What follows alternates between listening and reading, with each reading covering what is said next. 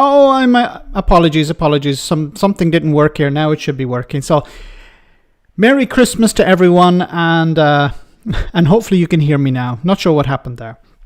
So, hope you're all very great. Thank you so much, Ruth, for that super chat. Merry Christmas, everyone, and all the best for 2026. So, I really do hope that 2026 is better than 2025. Sorry about that. Sorry about the audio. So, what we're going to talk about tonight, of course, there's a story I want to start off with, which is really interesting, involving Donald Trump and Epstein, the Epstein files, or some of the Epstein files. Farmers have benefited from a U-turn. Well, the pubs are not too happy about the current situation when it comes to taxes. The current cost of living crisis is now as bad. There's an echo. Let me see if there's something I can do about the sound. Apologies for that. No, the microphone should be okay. Is it a little bit loud, guys? If I'm too loud, tell me. No problem. Okay. No, there's an echo. Not sure why there's an echo. There shouldn't be an echo. Okay. Too loud.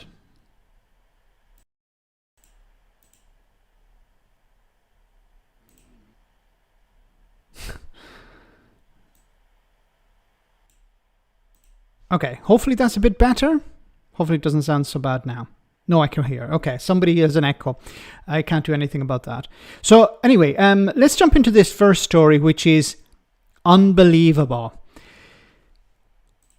Well, let's just jump into it because it's, as I said, unbelievable. Okay, guys, I just woke up and people are saying that the Epstein files can be read if you just copy and paste them into a Word doc.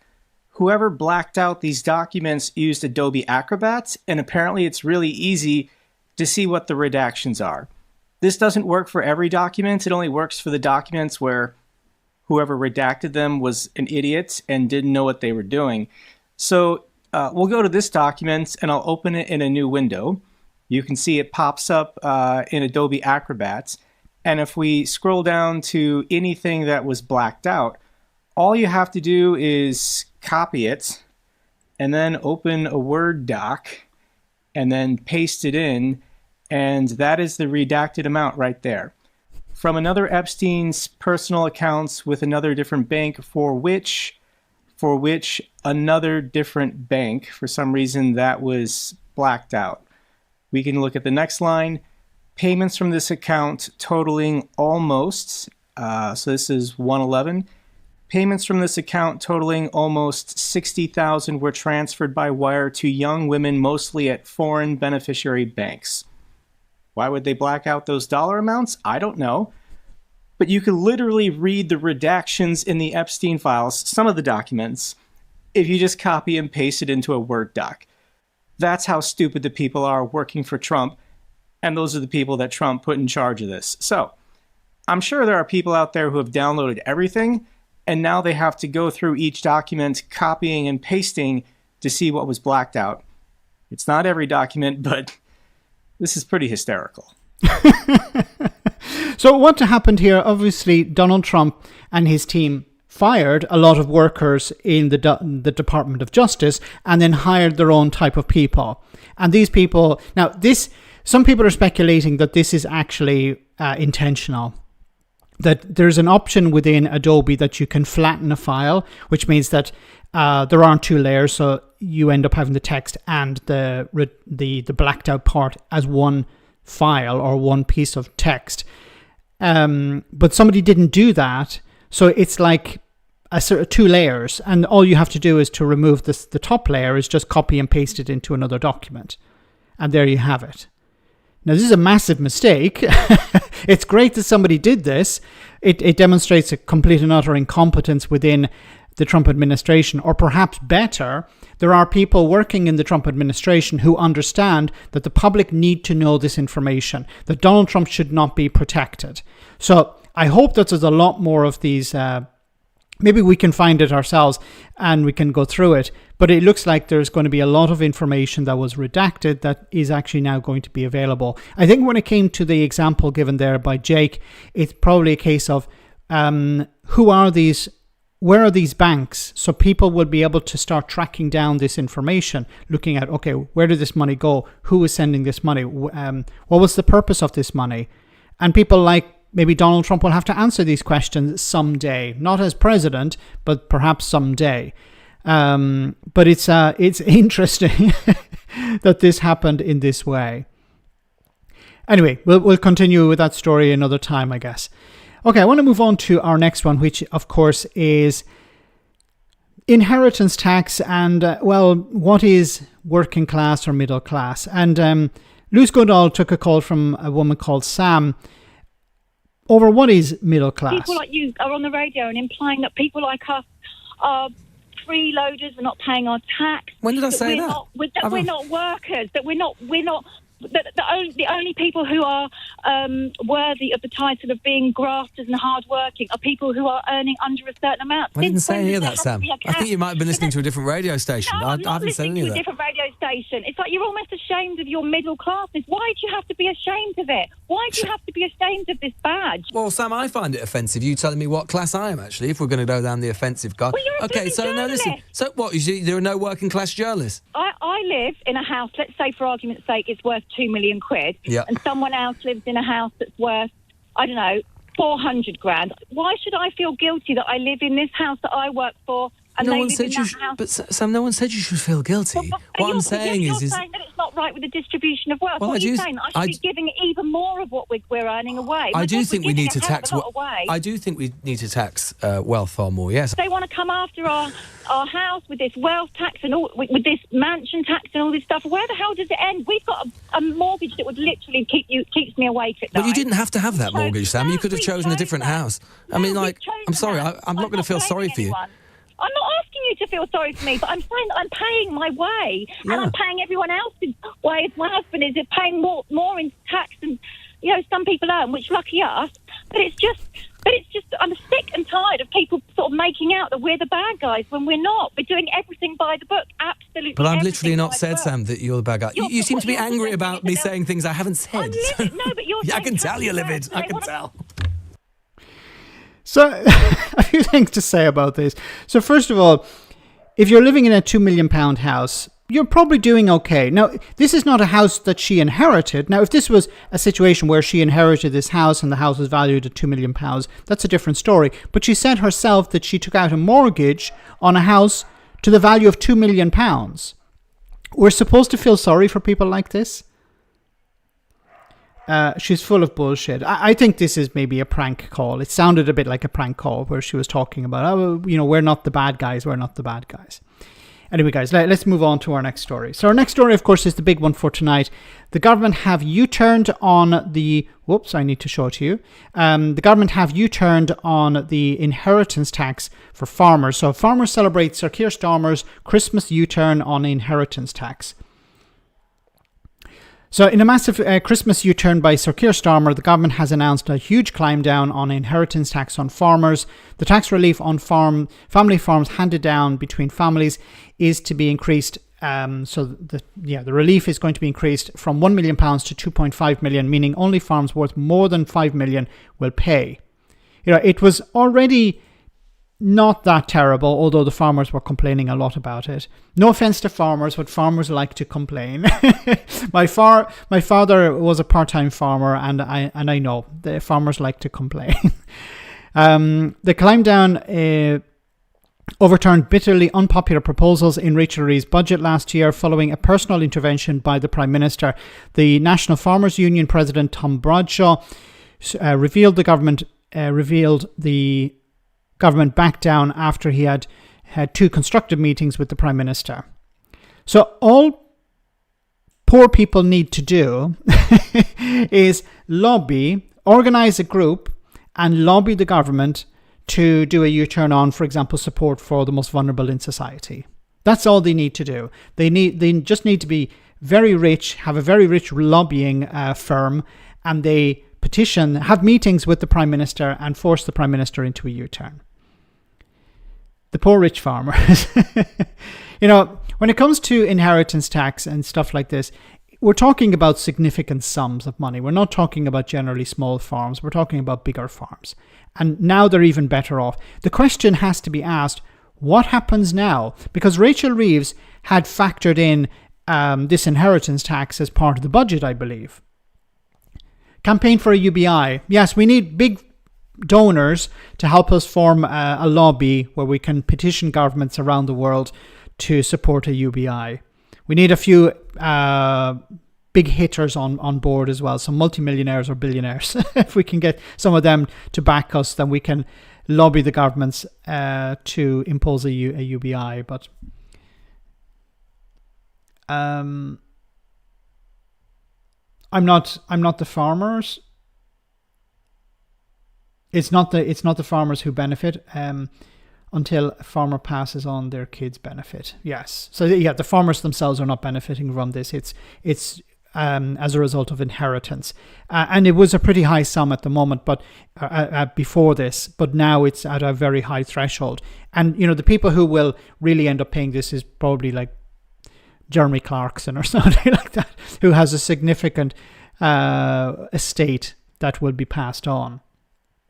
And, it's funny because it was Jeremy Clarkson's side hustle, farming. And, of course, he bought the farm in order to avoid inheritance tax. Now, from the political point of view, well, let's get to the political point of view. No, we'll leave that.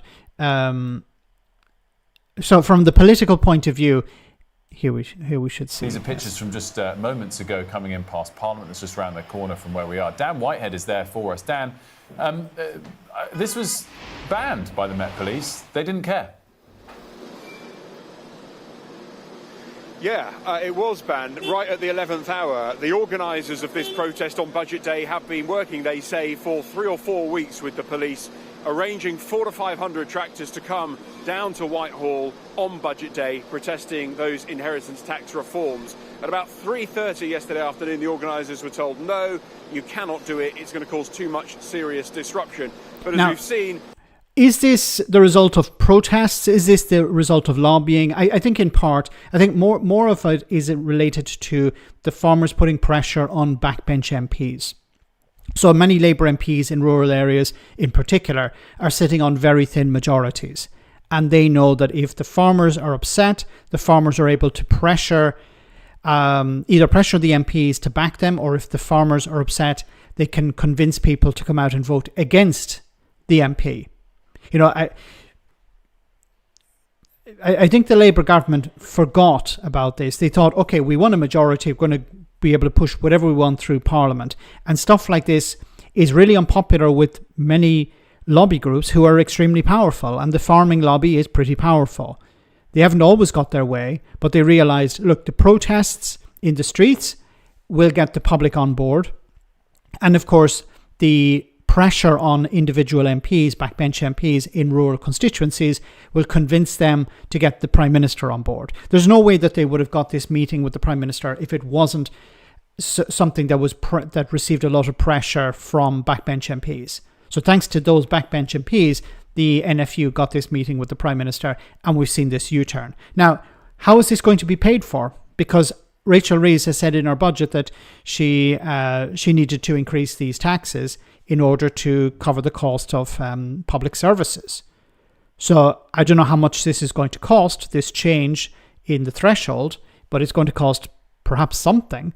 And how's the government going to pay for it? Are they going to cut something else? Because it would be pretty terrible if rich farmers benefited from this change and the cuts were applied to, I don't know, the NHS or people who are struggling to get by and relying on support from the state. Labour fucked up from day one. Now they have to backtrack on everything. Yes, this is a massive problem. I had said before that a U-turn can be a positive thing if you show that you have learned from the mistake. But you can't be U-turning all the time. It shows two things. It shows that you're not listening to different stakeholders at the beginning. You're ignoring them. And, Keir Starmer has been pretty severe when it comes to treating his MPs who rebelled over this. Remember, a number of MPs lost the whip because they refused to go along with the government when it came to the two-child benefit cap. Then recently, the government U-turned on the two-child benefit cap. I think some of these MPs have had the whip restored. Some of them, of course, left the party. When it came to this, there was an MP who lost the whip as well because they refused to go along with the government line. So now I imagine that MP will have the whip restored again. So this back and forth, marching, troops to the top of the hill and then marching them down again, is not good for the leader because it shows them to be weak amongst the eyes of the opposition. It also shows that there isn't a real strategy here. There isn't a goal. What was the plan from the very beginning? We saw it with the winter fuel allowance. The winter fuel allowance is another perfect example of that.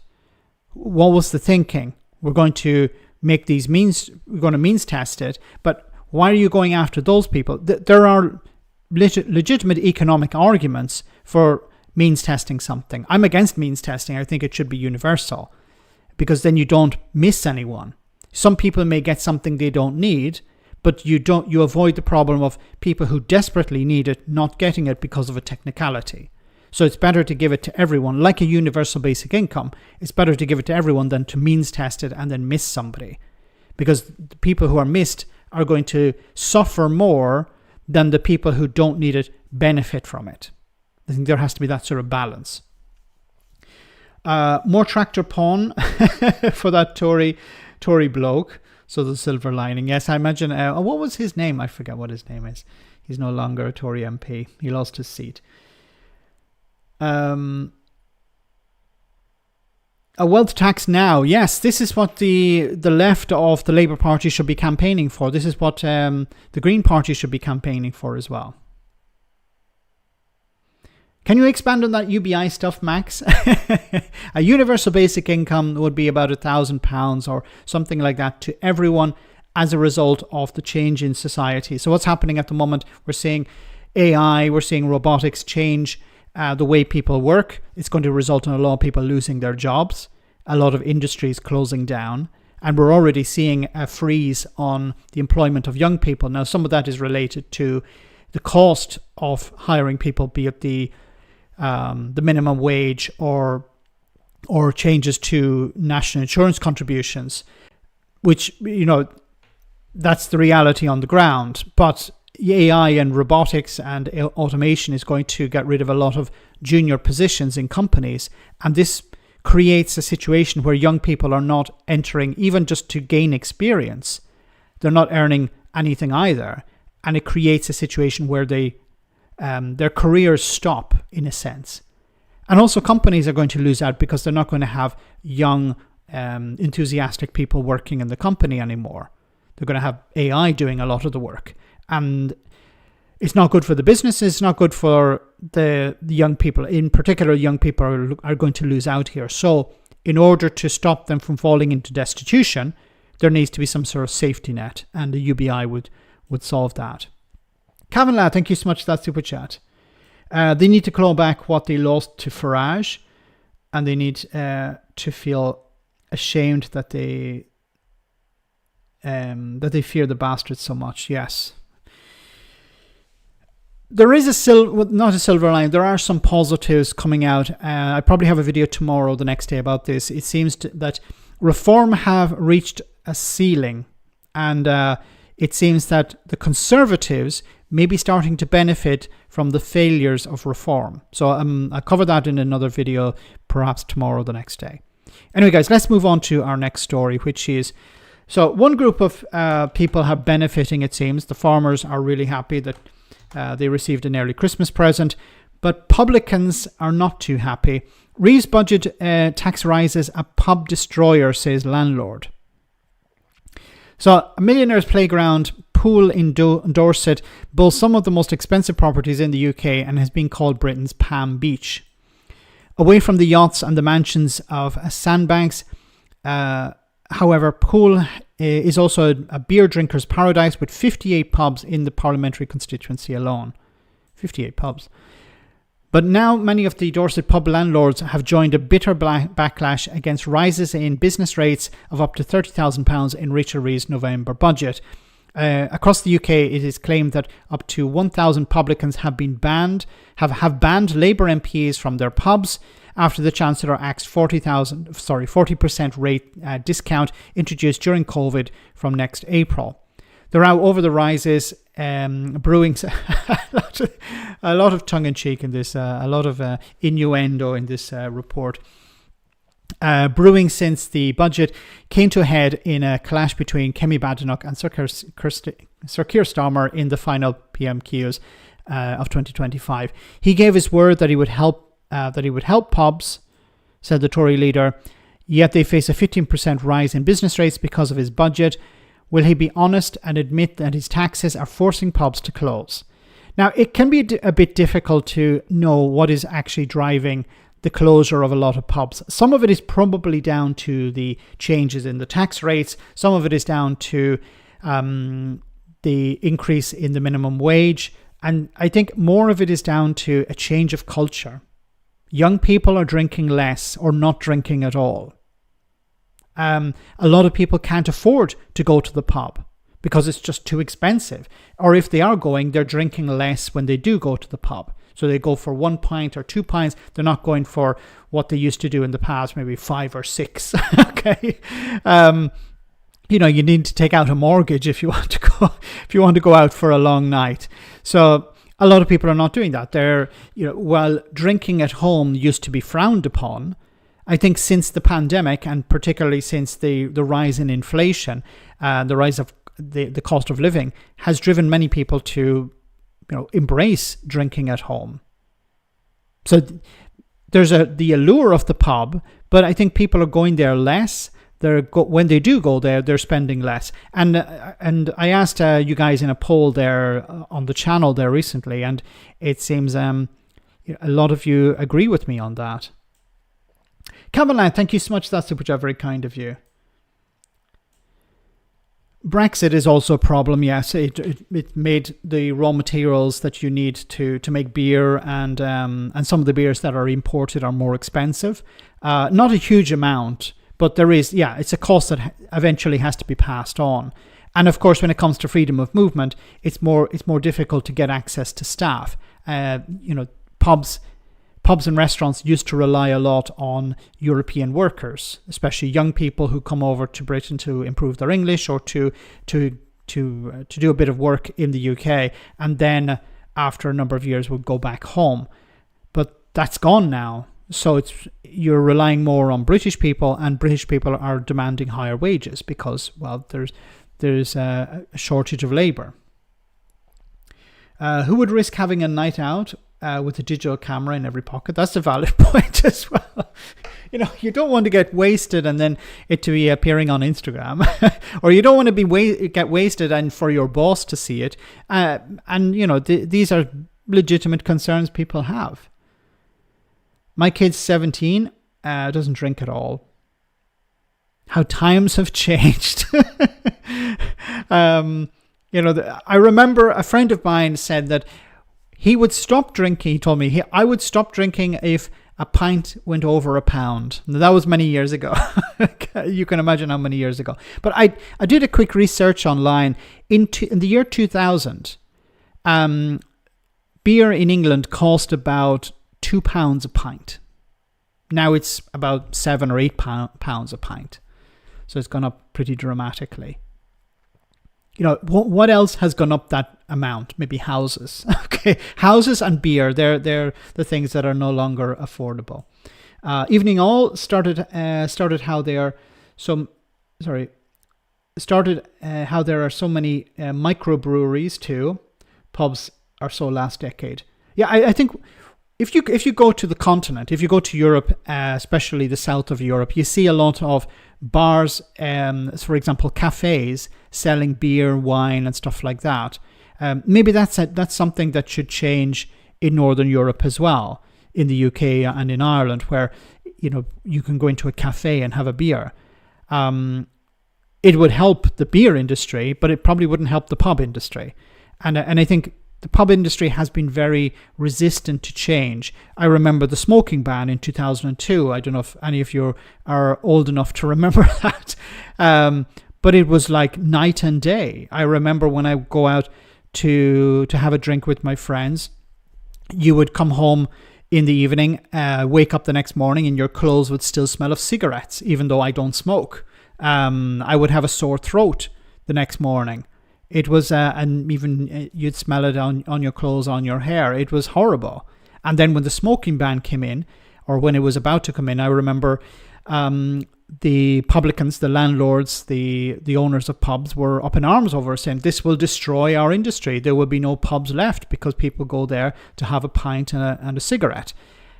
But they survived. A lot of them did survive because they understood, or the good ones survived because they understood we need to provide something else. So they started serving food, or they had live music. So, or they had, smoking areas where you could smoke outside. So the good pubs survived.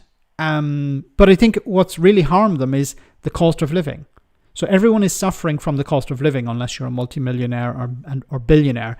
But most people are suffering the cost of living, and they can't afford to go out as often as they used to, or go out at all. Thanks, Kirsty, for that.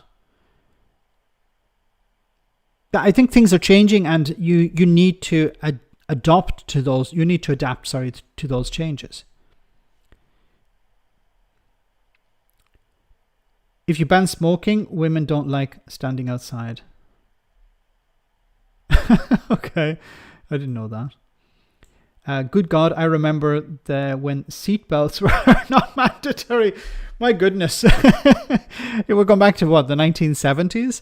Or maybe not. Well, the seatbelts came in the 1970s, but I don't know when they were mandatory. Maybe it was 1980s. But I remember people going around. Just now I'm having all these memories, and some of them are not so good. I remember where people used to throw rubbish out of their cars. Now when I think about it, it's like, I'm actually part of an organization. We go around and we pick up rubbish around the countryside, pick it up, put it in bags, and make sure it's disposed of correctly, because there's so much rubbish about it. And I remember people would be driving their car and they just chuck stuff out the window. I'm not talking about cigarette butts. I'm talking about bags of rubbish. People go and have a go to a chipper or whatever. Chips, burger, whatever, drink, and then just chuck everything out the window as they're driving along. What a beautiful world we have been destroying for the last number of decades. Irish vintners refused to negotiate with Micheál Martin over the smoking ban in Ireland. Result, total ban. It's like, we're not going to negotiate with you for a partial ban. Okay, we'll do a full ban. Cutting off your nose to spite your face. Max, the memories. Not always good ones. But chucking stuff out the window, that was terrible. And everybody did it. It's like Nigel Farage with racism. Everybody did it. Not exactly. Chips and cheese, Longford gourmet dish. Yes. Guys, we're about halfway through the stream, so I'm going to take a short comedy moment. Hope you enjoy this, and then we'll be back in just a jiffy with more serious stuff, I promise. Trying to keep it light because we're close to the Christmas period. Hope you enjoy this. Excuse me, Stephen. Jürgen. I have noticed your behavior change a lot since the start of December. Huh? Your productivity is way down. Look at this chart, Stephen. Yeah. Well, that's called winding it up for the Christmas. Winding it up for the Christmas. The closer you get to Christmas, the less work you do. I mean, it's like an Irish tradition. Is it? Does the tradition also include coming into work a little bit hungover? Sometimes. And telling people I will deal with it in January, despite the fact there is ample time to deal with it today. You're just trying to do as little work as possible. At home we do as much work as possible because we know we are getting massive holidays. I guess it's kind of like a cultural thing. So at home we have Christmas markets and Glühwein, and you have being scheiße at your job and middle of the day alcohol. Yeah. But won't the bosses be angry at you? Seamus hasn't been in all week. Oh my God, you are right. Yeah. I did not know we were supposed to be doing this. Yeah, man. This is it. You wind it up for the Christmas. Wind it up for the Christmas. That's all. Oh. Hello? Yeah, no, I won't be able to do that because I am currently neglecting my contractual responsibilities by observing the Irish tradition of Christmas. No. Yeah. Sorry about that. He's German. Yeah, we're just not going to be able to get that done this side of Christmas. Yeah, we're chockers. Doomed up. It's true. So let's move on. Non-hate crime incidents should be scrapped, police leaders say. So this is something that Reform UK... Let me bring myself back up on screen. This is something Reform UK and the Conservatives have been ranting and raving a lot about. Non-crime hate incidents should be scrapped and replaced with common sense system police leaders are set to recommend. The scheme, which would only mean that most serious incidents are recorded as antisocial behaviour. The recommendation is part of a review by leaders of the National Police Council and College of Policing, which is set to be published next month and given to the Home Secretary. Non-crime hate incidents are perceived to be motivated by hostility or prejudice towards certain characteristics, such as race or gender, but do not meet the threshold of a criminal offence. Rather than logging hate incidents on a crime database, the plan would treat them as intelligence reports, with officers given a common sense checklist.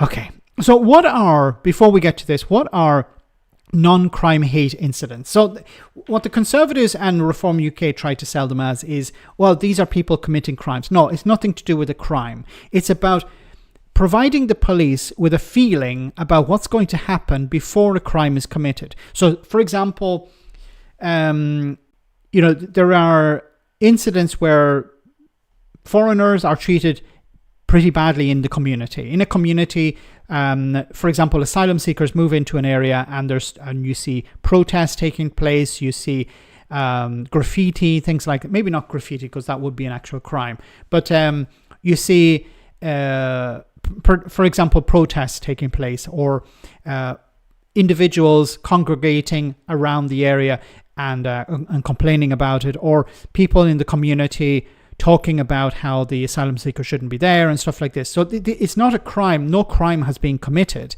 but there is a risk of a hate incident evolving from that. Now, while the Conservatives and Reform will say, well, this is bad because what you're doing is policing speech, it's not about policing speech. It's about providing the police a context, an understanding of what could happen if things get out of control. So it's about community policing. It's about the police getting an understanding of what's happening in the area before something explodes.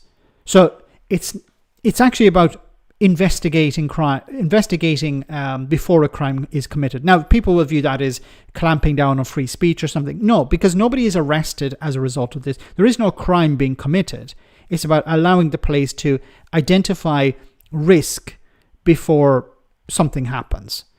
Now, it seems that because of cuts to the police service, because of restrictions or a feeling within society that, there is a clampdown on free speech or something, I have a feeling that the police are under a lot of pressure at the moment. On the one hand, they believe that they're supposed to be dealing with real crimes, while on the other side, they're completely stretched and they don't have the time maybe or the resources to investigate, for example, non-hate crime incidents. Once again, these are things that are useful to the police, but they don't have the resources to investigate them and use them to their advantage because there aren't enough police officers. So every time you hear about Reform UK or the Tories complaining about how, look at all these police officers investigating non-crime hate incidents, they should be actually investigating real crimes. Well, once again, they're a tool that they can use to prevent crime.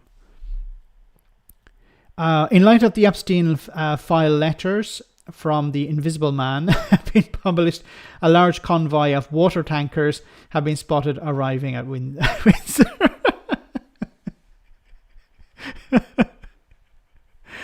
Oh my goodness. Yeah. Thanks, Brad. Andrew Windsor. I don't have it here. There was a story I wanted. There was a guy Oh my goodness. There was a Tory who was suggesting that people should feel sorry for Prince Andrew, or not Andrew Windsor, let's call him by his real title. Andrew Windsor should feel sorry for him because he had his guns taken off him. It's like, why should anyone feel sorry for Andrew Windsor in any situation? Anyway, so it looks like the so-called free speech people have won a victory here by convincing police leaders that they need to get rid of this. Look, I think it's nothing to do with free speech. I think it's about police resources. They're already stretched, and any extra activity that they have to engage in is a problem for them. So they would prefer to see this off the table so that they can focus on other things. But once again, I think this is something that is useful to prevent crime. But unfortunately, that's not going to stick, it seems. And I'm pretty sure the government will go along with whatever the recommendation from the police is. So guys, moving on to our next story, which is about the cost of living crisis.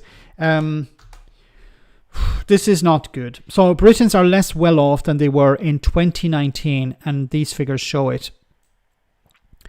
So the average person is now £38 less has now £38 less to spend each month after tax than they did at the end of 2024, following 3 consecutive quarters of falling UK living standards. The government made improving living standards across all of the UK one of their highest profile targets to achieve before the next election.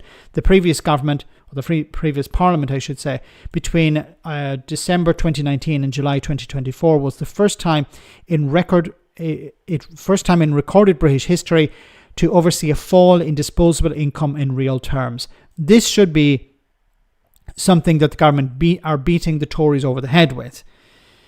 But the previous parliament saw that, okay, but disposable income is now £1 lower per month than it was in the summer of 2019 after adjusted for inflation, according to Monday's figures from the Office of National Statistics, and more than £20 lower than December 2019. As I keep saying, if Labour want to hold on to power, they need to improve the situation for ordinary people. If they don't do that, then people are going to vote for Nigel Farage. That's the problem here. Farage will say, I will improve your situation. The Tories didn't, Labour didn't, I will do it. And people will vote for him. Doesn't matter what his history was, doesn't matter if he was marching around like Elon Musk, waving his arms about, he will be elected. Because people will be tired of the status quo. So there is a real responsibility on Labour. If they want to hold on to power and if they want to avoid a Nigel Farage government, they need to improve the situation for ordinary people. And they also have to show that they're responsible for that. They need to start putting money in people's pockets. They need to see, if inflation is eating into people's incomes, then you need to increase their incomes.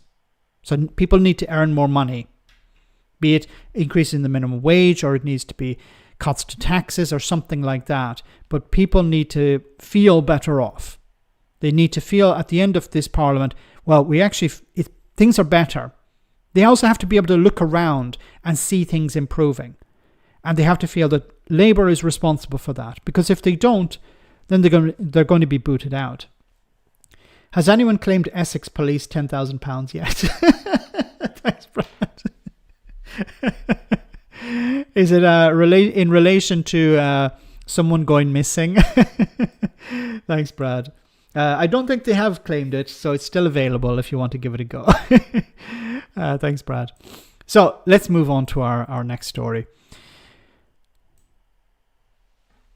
Donald Trump, his tariffs, are they benefiting Americans? What about his other policies when it comes to kicking out immigrants? Is this benefiting Americans either? Well, it doesn't seem to be the case. So the Tyson beef plant, by far the largest employer in Lexington, Nebraska, plans to lay off 3,200 people when the company closes its facilities on January the 20th. Tyson says it's closing the plant to right-size its beef business after a historical low cattle herd in the US. Because they were heartbroken. They don't want to go anywhere. this is their home. The Tyson plant gave us notice of a layoff procedure warn notice over a week ago. They'll be closing their facility as of January 20th, impacting 3,200 individuals for the community of Lexington. The general mood of the individuals coming in for our services, of course, is anxiety. What do I do next? Will I have a job? Where do I go? And what do I do from here? Tyson workers make up about 3,200 of the population of 11,000 of Lexington. My goodness. 3,200 of the population of 11,000. You know, this would be like all of the car industry in Swindon closing. And then of course you have not just the plant closing, but you also have the satellite industries that supply services to it or materials to it. They're going to be impacted as well, of course. And so they have a great impact upon the culture, schools, and everything that a community is comprised of. We just hardworking people. What we do is go to work, come to church. That's all we do here. These plants have been underutilized, and we have a shortage of cattle out there in the U.S., and because of that, very vulnerable that somebody might shut down. We have a very strong community in Lexington that really is close-knit and very accepting of the packing industry as well as all industries. Now, I'm not sure why there has been a shortage of cattle. It's probably related to Trump's tariffs. Maybe it's about bringing in food to... Max, I don't feel sorry for them. They voted for Donald J. Trump. Fuck around, find out. Nebraska, I believe, is one of the states that voted for Trump, and probably this state. It's normally the most vulnerable, the most deprived areas that vote for fascists who vote for right-wing demagogues. You know, when it comes to Clacton is one of the poorest communities in Britain, and they voted for Nigel Farage. They voted for Brexit as well. There's a direct link between the most deprived areas, the poorest areas, voting for the people who have nothing but contempt for them, who don't have their interests at heart. Kirsty, thanks so much for that super chat. People feeling worse off and pub trade falling. Coincidence? Exactly. That's the point exactly. Well said. You know, it's as well, I was saying as well, it's, you know, if people are worse off, well, they're not likely to go to the pub. They're going to cut back, and drinking is probably one of the first things, unless somebody has a problem, of course, that's a separate issue. But most people, one of the first things they cut is entertainment. So they go to the restaurant less, they go to the pub less, or they cut out the pub altogether and say, look, hey, if I want to drink something, I'll just buy something from the supermarket or from the off license. It's cheaper. And, you know, you just drink at home. Once again, as I said at the beginning, there was a sort of stigma attached to drinking at home, but that's gone now, especially as a result of COVID, I think. In part, the cost of living crisis, but also COVID, because people had to. So I think it's going to be very difficult for pubs going forward, because they'll have to adapt to the new environment. They can complain a lot, as much as they want, but they can't stop reality. Ban certain alcohol from supermarkets, redirect trade to hospitality, allowing pubs to double as off licenses. There's also the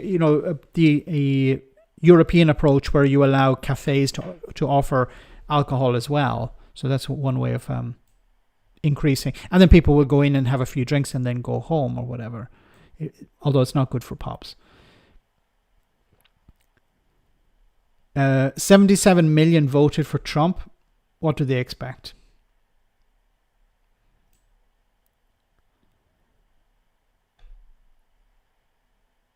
Welcome to the Brexit, Sarah.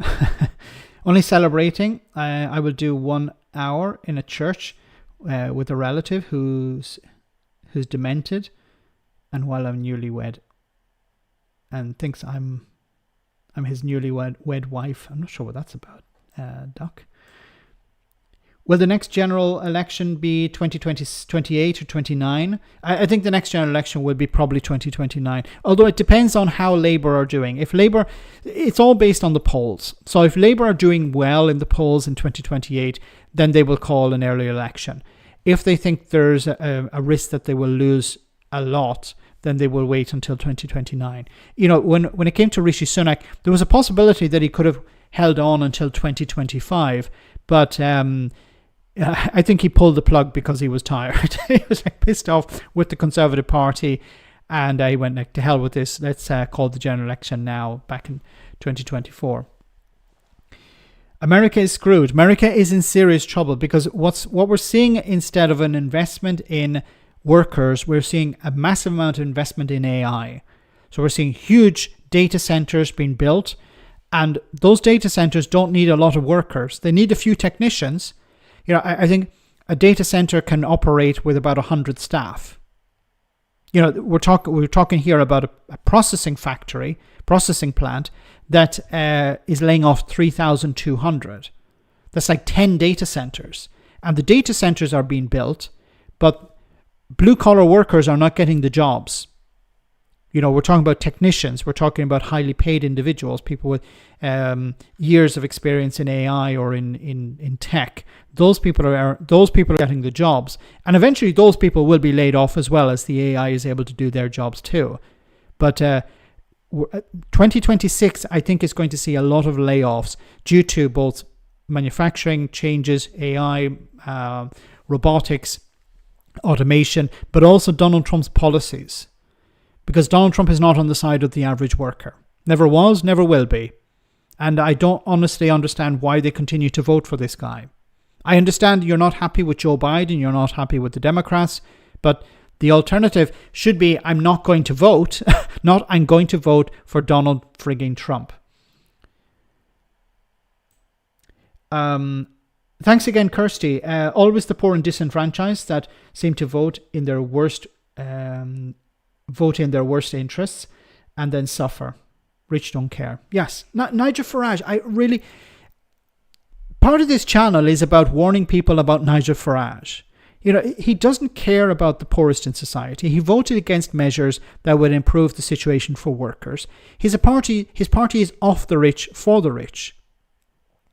You know, he's good at convincing people that he's on their side, but he doesn't care about them. Richard Tice, Zia Youssef, these are millionaires. You know, they keep talking about meritocracy as well, but the people who are being hired, you know, from the Conservative Party are not the best of the best. Okay, we're talking about what was his name, Jonathan Goulet. So we're talking about Nadine Dorries. These people are not bringing something to the table. If they're members of government, if they're going to be in a Reform UK government, it's going to be a disaster. But they will be funneling money into the pockets of the rich and blaming immigrants, of course, blaming the Blah, blaming people on benefits. That's exactly what you're going to see with a Reform government. It feels almost inevitable, unfortunately, and I hope it's not inevitable. There is some polling that is starting to show some cracks in support for reform, which is good because there's still a long time before the next election, which means that Labour can try and turn things around. Maybe they can appeal more to the Greens. Maybe this can help them. This can help ordinary people. A focus away from immigration, of course, is not something that Nigel Farage wants to see. So we'll have to wait and see. I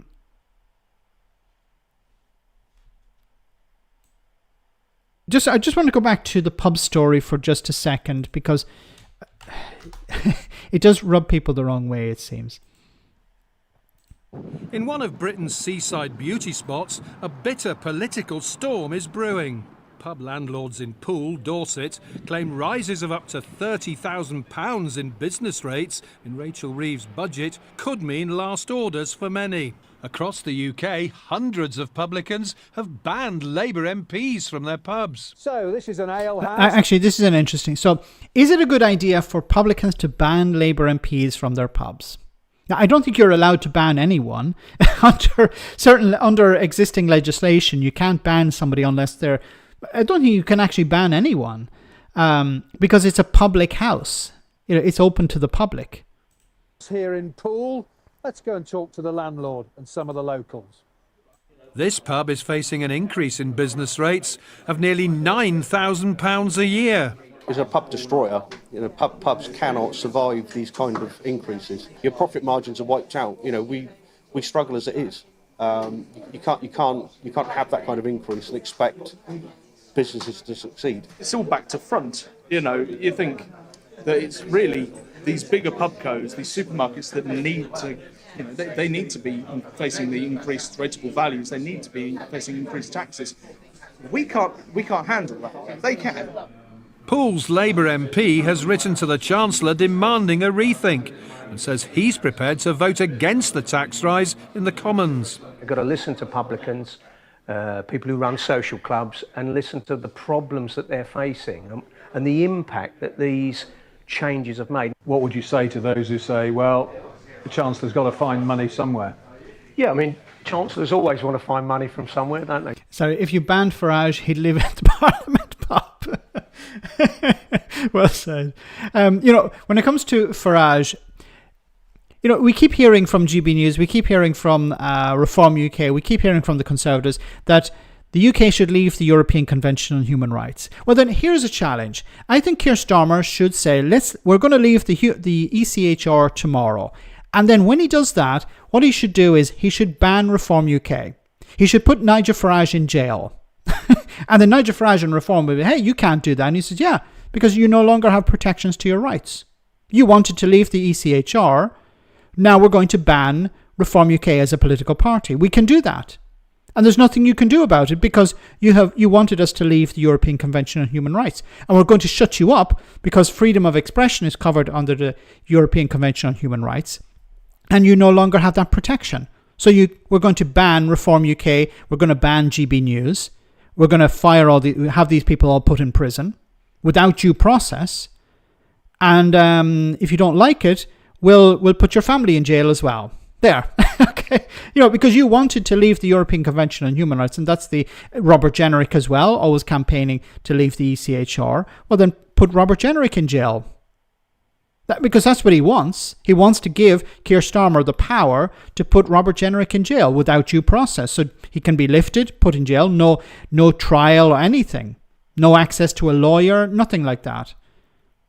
That's what he's advocating for. That's what people need to remember. Anyway. Hey John, I mean, that's what Chancellors do. In terms of amendments to the finance bill, there will be amendments and I'll be happy to support those. Even if it means losing the whip again? Well, sometimes you just have to say what you think is right. The Chancellor has regularly raised a glass to pubs and promised to protect them from rising costs. But Sir Keir Starmer has faced the wrath of a publican before. Get out of my pub! When he was thrown out of a pub in Bath during COVID by an anti-lockdown landlord. And It's like, get ahead of it. Yeah, I remember that. Last week, the rates row came to a head in the Commons.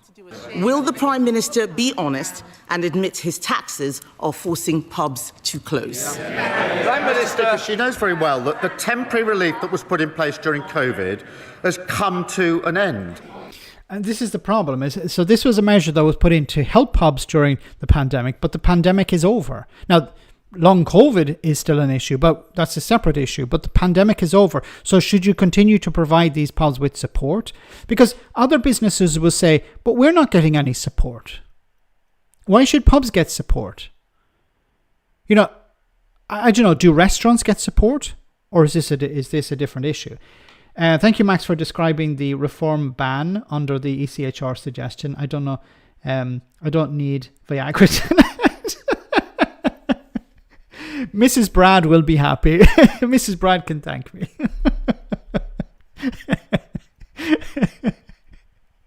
But don't say my name. Thanks, Brad. Oh, my goodness. So we're almost at the end of the stream, guys. So I want to say thank you to everyone who came on tonight. Thanks to Brad there at the end as well for his super chat. Thanks to everyone else who sent a super chat. Greatly appreciated. I want to wish everyone a Merry Christmas. I will see you before the new year. Don't worry about that. We'll have our next live stream at the usual bat time, the usual bat channel. I'll be on the post stream chat for a little bit tonight. So if you're on Discord, do check that out. It'd be great to see some more faces. We had a lot of new people on recently, so it'd be great to see a lot of new people on again. Before we go, we have our one for the road. So hope you enjoy this, and it's a sort of Christmas related one. Hope you enjoy it.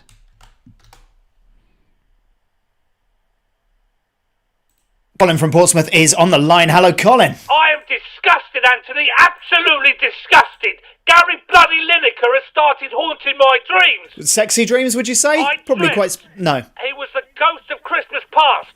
He stood there whispering, "Be kind," and I screamed at him. Not in December, mate. That's the last thing I want to So you're Scrooge in this dream. That's quite on form for you. And then, right, the ghost of Christmas present comes barging in, and it's Keir Blimmin Starmer. He was banging on about bringing us stability, and honestly, it was so boring I fell asleep, even though I was already asleep. I think there's tablets you can get for that, actually, Colin. Next thing, in floats the ghost of Christmas future, which Nigel Farage, probably, yeah. And it was Of course it was, a pint of bitter like it was a sexy reindeer. Oh, gosh, that's lovely. What a Christmas thought. A future that he says I deserve, where Union Jacks grow out of the pavements, all countryside is either golf courses or car parks, and every TV station broadcasts Nigel singing songs about the Empire. And the lesson was, it was a warning to you, wasn't it, Colin? A warning. Mate, it was beautiful. I loved it. He said, okay. All I've got to do to make it happen is to keep shouting into the internet. Anyway, mate, thanks for having me on. Love to the family. Love to the family and Merry Christmas, Colin. Have a lovely time. Winter Festival, mate. What's your privilege? Sure. Oh my goodness. So thanks everyone for coming on tonight. Thank you to the moderators for doing a wonderful job. Thanks to everyone for smashing the like button and everyone for sending a super chat. Have a wonderful Christmas and I will see you on the other side. Take care. Good night.